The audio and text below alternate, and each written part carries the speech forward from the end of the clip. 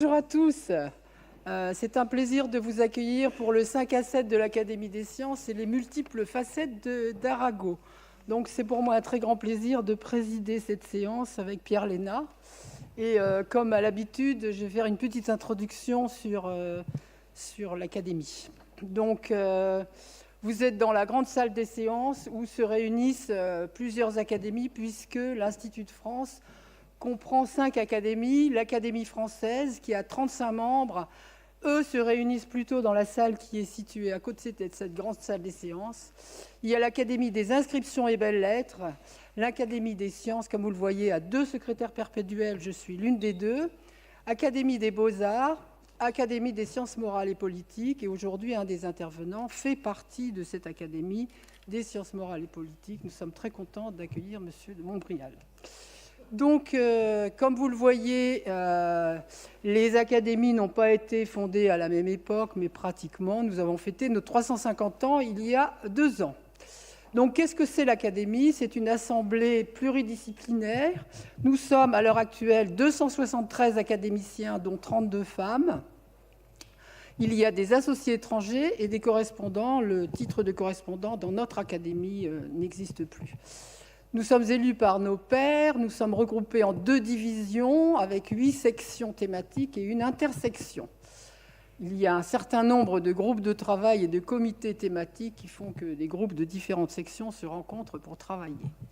Donc que sommes-nous ? Une institution publique, indépendante et pérenne, placée sous la protection du président de la République. Nous sommes libres de nos réflexions, de nos avis et de nos rapports. En 2002, une réforme a été mise en place pour faire face à l'évolution des sciences et des techniques et pour rajeunir les membres. Bon, pour faire face à l'évolution des sciences et des techniques, on a changé le nom de certaines sections. Et pour rajeunir les membres, on a décidé qu'à chaque train d'élection, il y avait un membre qui serait élu et qui serait âgé de moins de 55 ans et un membre âgé de plus de 55 ans. Ça a rajeuni un peu l'Académie. Donc nous avons 5 missions fondamentales au service du progrès scientifique. Nous encourageons la vie scientifique en reconnaissant les talents par des prix, des médailles. Nous organisons des colloques et nous avons des comptes rendus de l'Académie des sciences.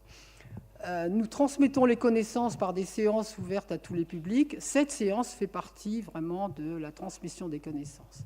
Nous essayons de promouvoir l'enseignement des sciences et beaucoup connaissent la fondation La main à la pâte. Et je crois que le collège qui est représenté ici par la classe de 3e est un exemple vivant d'élèves qui sont des élèves qui bénéficient de tous les progrès que la Fondation La main à pâte peut faire pour l'enseignement. Ensuite, nous favorisons les collaborations internationales et nous assurons un rôle d'expertise et de conseil. Alors, je reviens au cycle 5 à 7 de l'Académie des sciences. Nous en avons 2 types. Un cycle qui s'appelle Histoire et philosophie des sciences et un cycle Rencontre avec un académicien. Vous êtes tous invités à tous ces cycles. Par exemple, le 9 octobre, vous aurez un cycle Histoire et philosophie des sciences qui s'appellera Les coupoles, puisque ces cycles parlent soit de sujets importants, soit de personnages importants. Et là, nous allons parler de toutes les histoires des coupoles. Étienne Gis présidera ce cycle, ce 5 à 7 exceptionnel, et nous le ferons d'ailleurs sous la coupole de l'Institut de France. Le 4 décembre, nous parlerons d'étalons et d'étalonnage, et ce sera sous la présidence de Christian Bordet. Le cycle Rencontre avec un académicien nous permet de faire intervenir un seul académicien qui parle de son parcours et de son sujet de prédilection. Donc, vous voyez sur cette diapo que nous aurons successivement Annie Cazenave, Geneviève Almouzny, Catherine Césarski et Jean-Marie Laine pour terminer l'année avec la chimie. Bon, puisque c'est un 5 à 7 sur Arago, j'ai pensé que c'était peut-être bien de replacer Arago dans son siècle et de vous parler un peu de littérature, de musique, de peinture et un peu de science.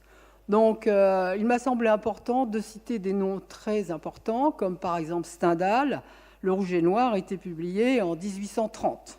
Balzac, Eugénie Grandet, a été publié en 1933. Lamartine, Le Lac, en 1820. Bon, évidemment, Victor Hugo a été très productif. Il a aussi produit pendant toutes les années où Arago était très productif. George Sand, La Mare au diable, 1846. Musset a aussi publié beaucoup à cette époque-là. Et je voudrais quand même citer qu'il a été pour un temps avec George Sand. Flaubert, Madame Bovary, 1857. Bon, évidemment, il y a des écrivains, des poètes, mais on n'oublie pas aussi les philosophes. Auguste Comte, son cours de philosophie positive, c'était entre 1830 et 1842, à l'origine du positivisme. Ernest Renan, en préparant cette diapo, j'ai vraiment appris quelque chose. C'est-à-dire que quand il a publié La vie de Jésus, son cours au Collège de France a été suspendu. Il était à ce moment-là professeur d'hébreu. Il a été réhabilité. Alors, si on passe aux musiciens, Ludwig van Beethoven, donc par exemple sa pastorale, 1808. Rossini, Le Barbier de Séville, en 1816. Chopin, avec toutes ces nocturnes polonaises, etc., lui aussi très lié à George Sand. Liszt, lui aussi admirable pianiste, sonate et rhapsodie. Wagner, là on passe dans les opéras, l'opéra de Wagner en opposition aux opéras de Verdi. Vous connaissez tous Traviata, Aida, le Trouvère. Bon, passons à la peinture. Goya, on n'est pas en France puisqu'on est en Espagne, mais magnifique peintre de la vie populaire en Espagne, et qui aussi a peint des peintures concernant les guerres napoléoniennes. Comme vous voyez, je ne vais pas du tout parler de politique parce que je pense qu'il y a d'autres que moi qui vont en parler, peut-être un peu. Turner, paysagiste britannique d'un genre nouveau où les formes s'effacent dans la lumière. Corot, paysage de France et d'Italie. Eugène Delacroix, très novateur, chef de file de l'école romantique, auteur de vastes peintures murales au Sénat ou à la chapelle des Saints-Anges à Saint-Sulpice. Courbet, chef de l'école réaliste avec son enterrement à Ornans. Passons maintenant aux scientifiques, parce qu'aujourd'hui c'est un homme de science que nous allons analyser. Donc, à la même période, Joseph Fourier, mathématicien connu pour évidemment les séries de Fourier, puissant outil mathématique en physique. Je pense que nous aurons l'occasion d'entendre parler d'Alexander von Humboldt, qui a été un grand ami d'Arago. Lui était naturaliste et ses travaux contribuèrent au développement de la climatologie, de l'océanographie, de la géologie, du géomagnétisme. Gay-Lussac, physicien et chimiste, qui a établi la loi de dilatation des gaz, qui a découvert le chlore, qui a découvert le bore. Darwin, qui a accompli son fameux voyage sur le Beagle de 1831 à 1836. Et bien sûr, qui a publié L'origine des espèces qu'en 1859. Claude Bernard, physiologiste français, connu pour son introduction à l'étude de la médecine expérimentale. Et bien sûr, Louis Pasteur, chimiste de formation, dont les travaux sur la stéréochimie l'ont amené à la fermentation, aux micro-organismes responsables des fermentations, et puis aux autres micro-organismes responsables, par exemple, des maladies des vers à soie, etc., jusqu'à la vaccination contre la rage. Donc ça, c'était simplement pour un tout petit peu replacer le débat sur Arago, astronome, physicien, homme d'État. Et nous avons vraiment une séance extrêmement riche aujourd'hui avec 4 intervenants.